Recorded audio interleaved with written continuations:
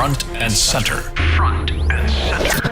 A focus on important and significant developments affecting the lives of Filipinos, not only in the Philippines, but also those living and working around the world.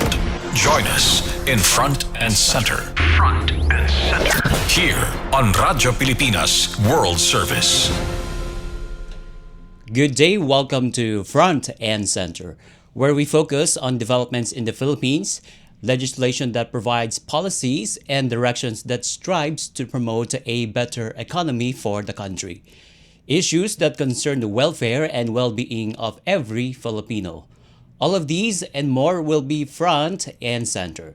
You can watch you can watch this program live on our Facebook page, that's Radyo Pilipinas World Service. You can also hear us live on our audio streaming at Evox PBS receiver app. So join us for another edition of Front and Center with your host, Jerome Toledo. Front and Center. Front and Center. Here on Radyo Pilipinas World Service. So as we close our discussion on the Middle East, the United States President Donald Trump just announced earlier this Monday evening that Israel and Iran have reached to a total ceasefire, effectively ending the 12 war, which started on June 13th, so that's on Friday, so which both countries confirmed the truce the following day. And also on June 22nd, President Trump also said on his Truth Social account that the United States has completed attack on 3 nuclear sites in Fordow, Natanz, and Esfahan in Iran. So, which is said that it completely and totally obliterated those sites, and that future attacks will be far greater and a lot easier. So between June 14th to 19th, both Israel and Iran exchanged hundreds of missiles, causing heavy casualties and massive damage in infrastructure. So between those dates, the world watched as conflict caused disruptions across sectors, particularly the petroleum and the trading sector. So in that 12-day war, as President Trump called it, we seen missile exchanges between Iran and Israel. So as of now, now that the ceasefire is in effect,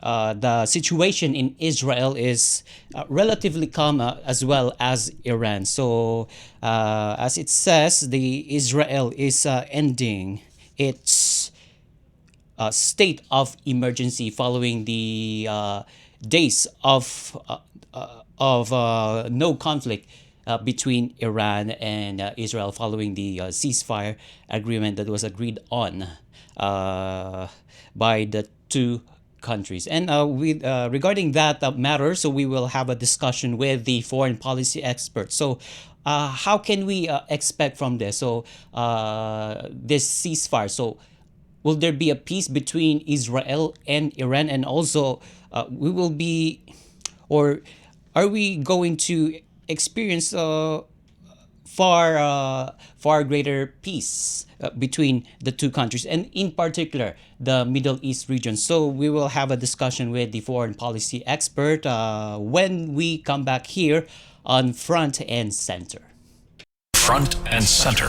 Front and Center. Here on Radyo Pilipinas World Service.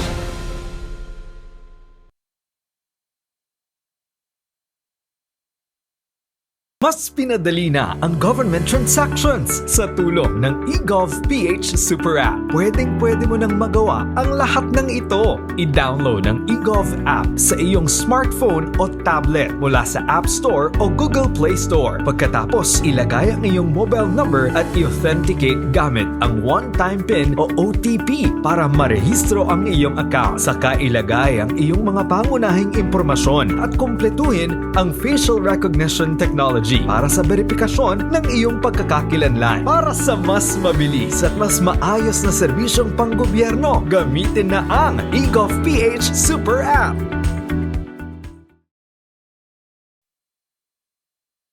This is a public service announcement. Alamin, ito ang walang pasok guide batay sa DepEd Order No. 37 Series of 2022. Sa panahong may bagyo, Automatic na walang pasok for all levels sa mga lugar na may nakataas na Tropical Cyclone Wind Signal o TCWS, number 1, 2, 3, 4 at 5. Automatic suspended naman ang klase at trabaho kung ang TCWS ay inilabas sa oras na nagsimula na ang klase. Para sa mga lugar na hindi kabilang sa TCWS, ngunit nakararanas ng malakas na hangin o ulan, nakadepende kay Mayor o kay Governor ang desisyon sa suspensyon. Tandaan, sakop lamang ng DepEd order na ito ang levels K-12 sa mga pampublikong paaralan, ngunit may option naman ang mga pribadong paaralan, state or local universities and colleges na sundin ito. This is a public service announcement. From PBS, Presidential Broadcast Service and Radyo Pilipinas. Welcome back to school, dear students. Excited na ba kayo? Hooray for the new lessons, new classmates, at new challenges. We wish you all the best this new school year. Have fun, pero syempre, stay focused sa studies at sama-sama tayo sa Bayang Bumabasa. Isang mensahe mula sa Presidential Broadcast Service at Radyo Pilipinas.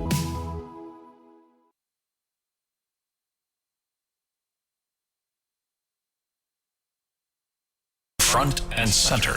Front and center. Here on Radyo Pilipinas World Service. Welcome back to Front and Center here on Radyo Pilipinas World Service with me, Jerome Toledo. So earlier we discussed about the developments in the Middle East regarding or particularly the truce between Israel and Iran. So that peace process or the peace plan was brokered by the United States and the state of Qatar. So what does it mean? So are we expecting that the Middle East region will be peaceful temporarily, or is this a permanent one? So we will have a discussion right now with Professor Lucio Pitlo III, our foreign policy expert. So good morning, Professor Lucio Pitlo III, Jerome Toledo here on Radyo Pilipinas World Service. Good morning. Oh, okay.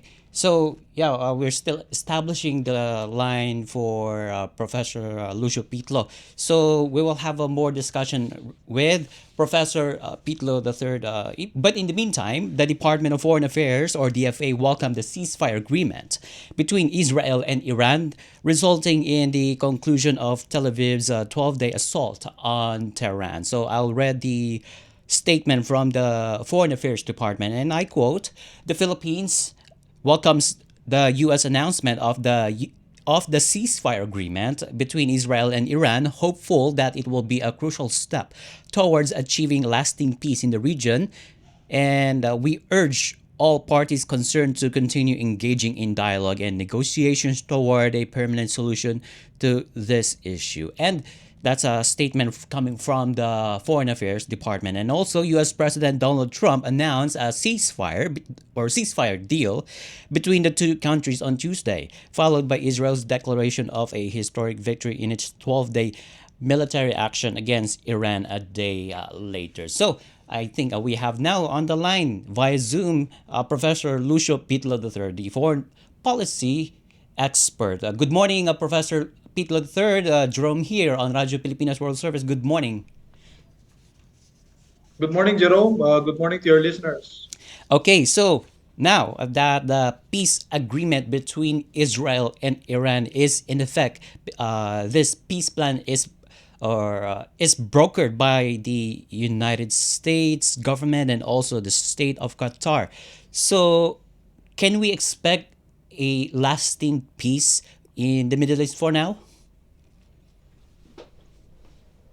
Well, it's a good news that eventually there was really a serious effort to try to broker ceasefire. The hope of everyone is that this truce and this cessation of hostilities will endure, and that the military objectives planned by protagonists are already achieved, and to them, they have already had this attained their diplomatic or military objectives. So the future attacks will cease going forward. But again, we will have to wait in the coming days and weeks whether this agreement will hold, and if ever there will be no more further violations of this agreement. Okay, but you mentioned that their mission, I'm sorry, the military mission is achieved in that, but at the same time, the nuclear capabilities of Iran is not out of the woods yet because although the United States had just destroyed three nuclear sites on Saturday, so that's in three Iranian cities, that's in Natanz, Fordow, and Isfahan, but there's a report that the United States, or there's an initial report that the United States just destroyed I think a portion of the nuclear capability of Iran, but they did not destroy it at all. So at the same time, the Iran's capability has been destroyed, or yeah, the Iran's capability has been set back to a few months. So, do you think Iran will still push through its nuclear capability despite this? Well, for one, it's I think it will still take a few days or weeks to really make a definitive damage assessment. And I think for on the part of Iran, of course, they will try to make a case that their program wasn't completely damaged. So it's quite difficult to really make a conclusive judgment on the impact of the bombing and whether it really set back by how many months or years the program of Iran. And if more importantly, I think the question of whether this attack or strikes on Iranian's nuclear sites will, of course, deter or prevent Iran from proceeding to building its own nuclear program with potential dual-use purpose in the future. As we all know, we look at what happened to Ukraine. I think some in Ukraine would argue that they would not be subjected to attack, especially the full-scale assault by Russia back in 2022, if security guarantees were maintained, and most importantly, if they were able to keep their nuclear program. So probably Iran is thinking that the only way to ensure government stability and prevent regime change, ensure that Iranian government will be able to prevent attacks from any other party, whether from Israel or Iran or from any of its rivals in the Middle East, is to have its own nuclear deterrent program. So if that kind of logic or thinking is still there, and it still holds, an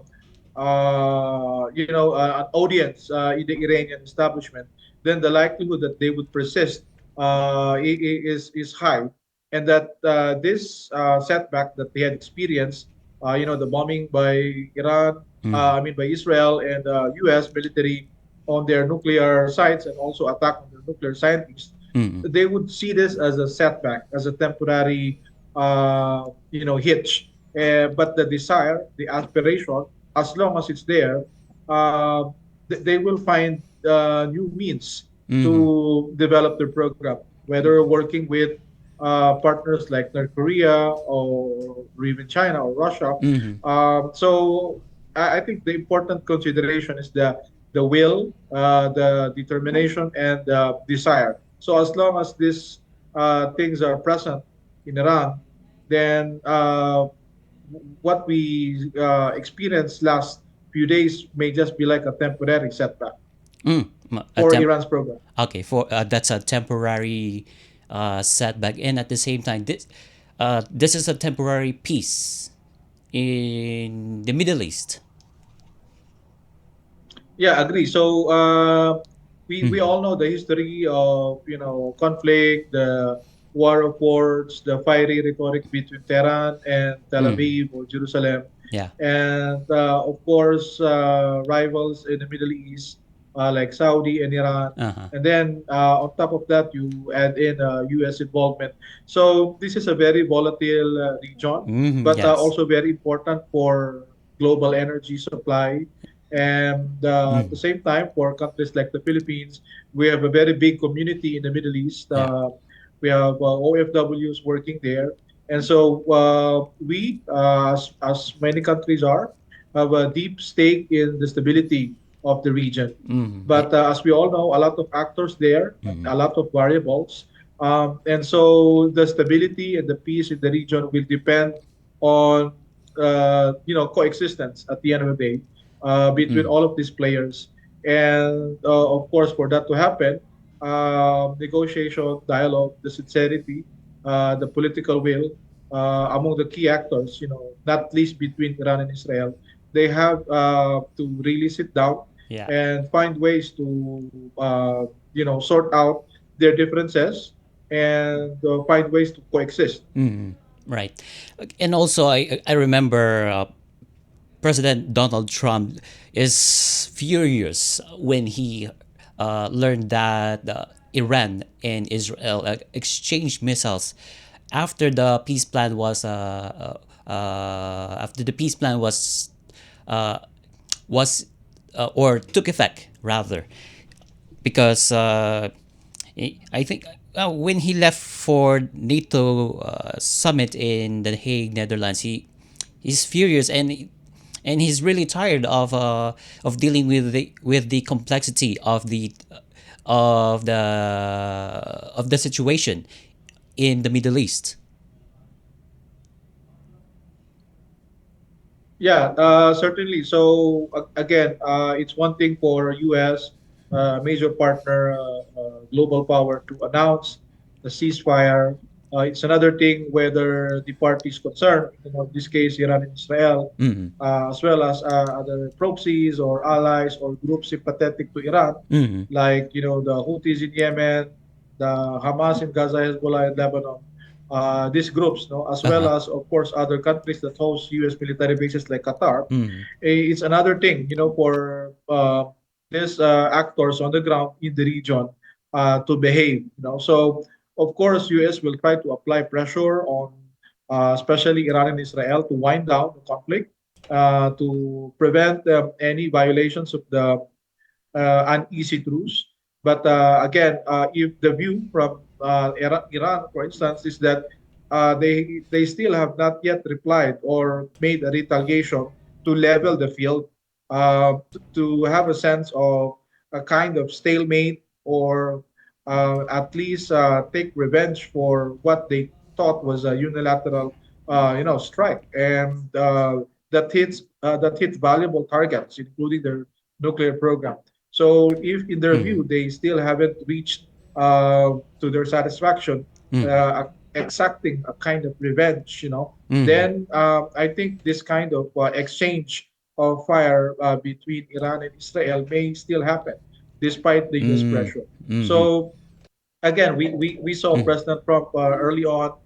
His administration said that he wanted to be a peacemaker. He wanted to be a unifier. Yeah. I think there's really that effort. We saw that in mediating the conflict between Pakistan and India. After which, Pakistan nominated him for the Nobel Peace Prize. We also saw that effort to try to talk with President Putin and President Zelensky to try to end the Russia-Ukraine war. But as we all know, the war in Ukraine is still ongoing, despite of the sincerity, the effort of President Trump to try to, Uh-huh.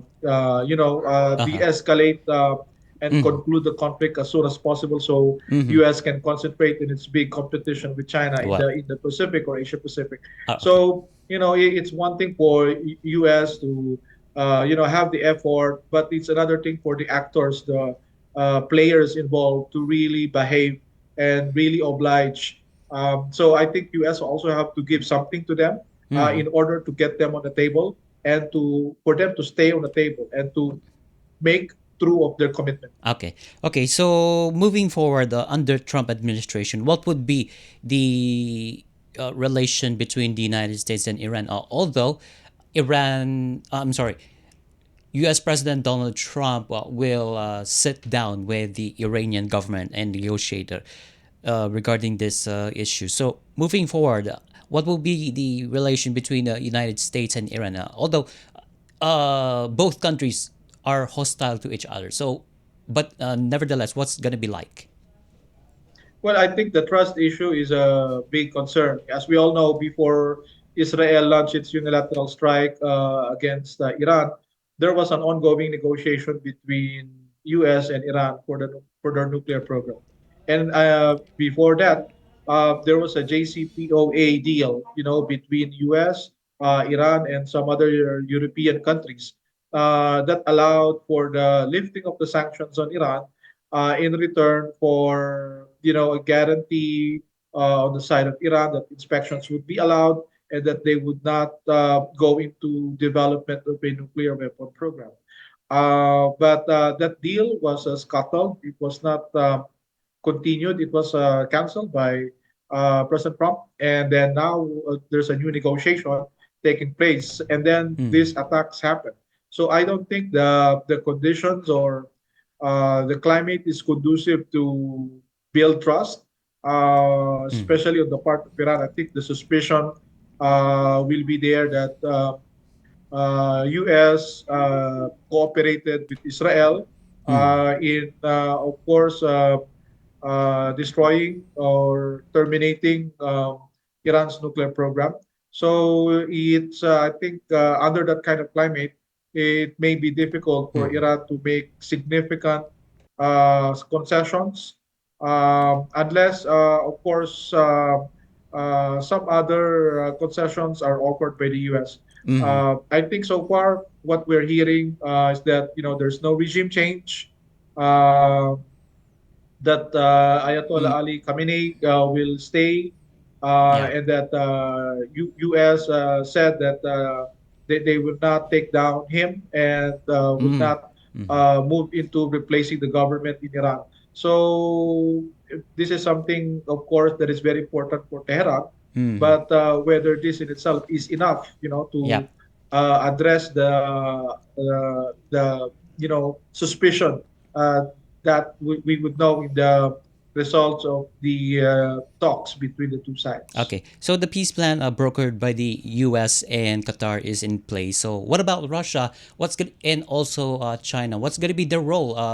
That's my last question, Professor Pete Lowe the third. So what's going to be the participation of Russia and China in cooling down the tension in the Middle East, particularly between Israel and Iran? Certainly. So, of course, we all know Israel has very good relations with U.S. And Mm. Iran. Of course, unofficially, they have good security, economic ties with Russia and China. Mm. And I think, of course, on the part of China and Russia, Mm. they won't want to see a collapse of Iran or a change in government Iran that may shift the balance in the region in favor of U.S. Mm. And so they would want to keep the status quo in Iran, and of course they would oppose any regime change. Mm. Actually, they have condemned. They were critical of Israeli Mm. and Mm. U.S. attacks, Mm. unilateral strikes on Mm. Iran, saying that these were violations of Iranian sovereignty and, of course, the options agency of Iran to develop a program. So, I mean, a nuclear program. So, of course, it's important, of course, Mm. that their views are also factored. I think Iran would also consult, would also try to, get some kind of security guarantees or support Mm. from China and Russia. Mm.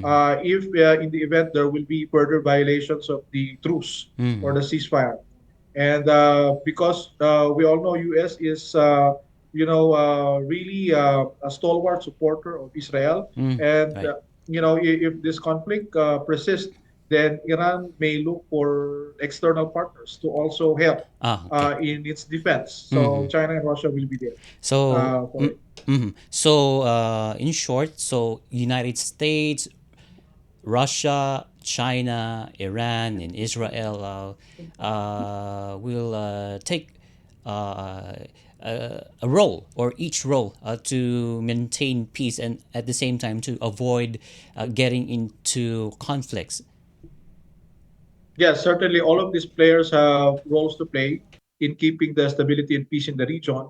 And of course, the balance of power in the region that is, not favorable to any major power dominating, this very volatile but also very critical region for energy and also for migrant workers. I And see. so I think it's in the interest of all players to keep the status quo and, of course, to stabilize, de-escalate the present crisis, and of course find ways to foster dialogue and, Right. ensure that Iran and Israel will eventually find more peaceful approaches to resolve their differences and coexist as neighbors. Yeah.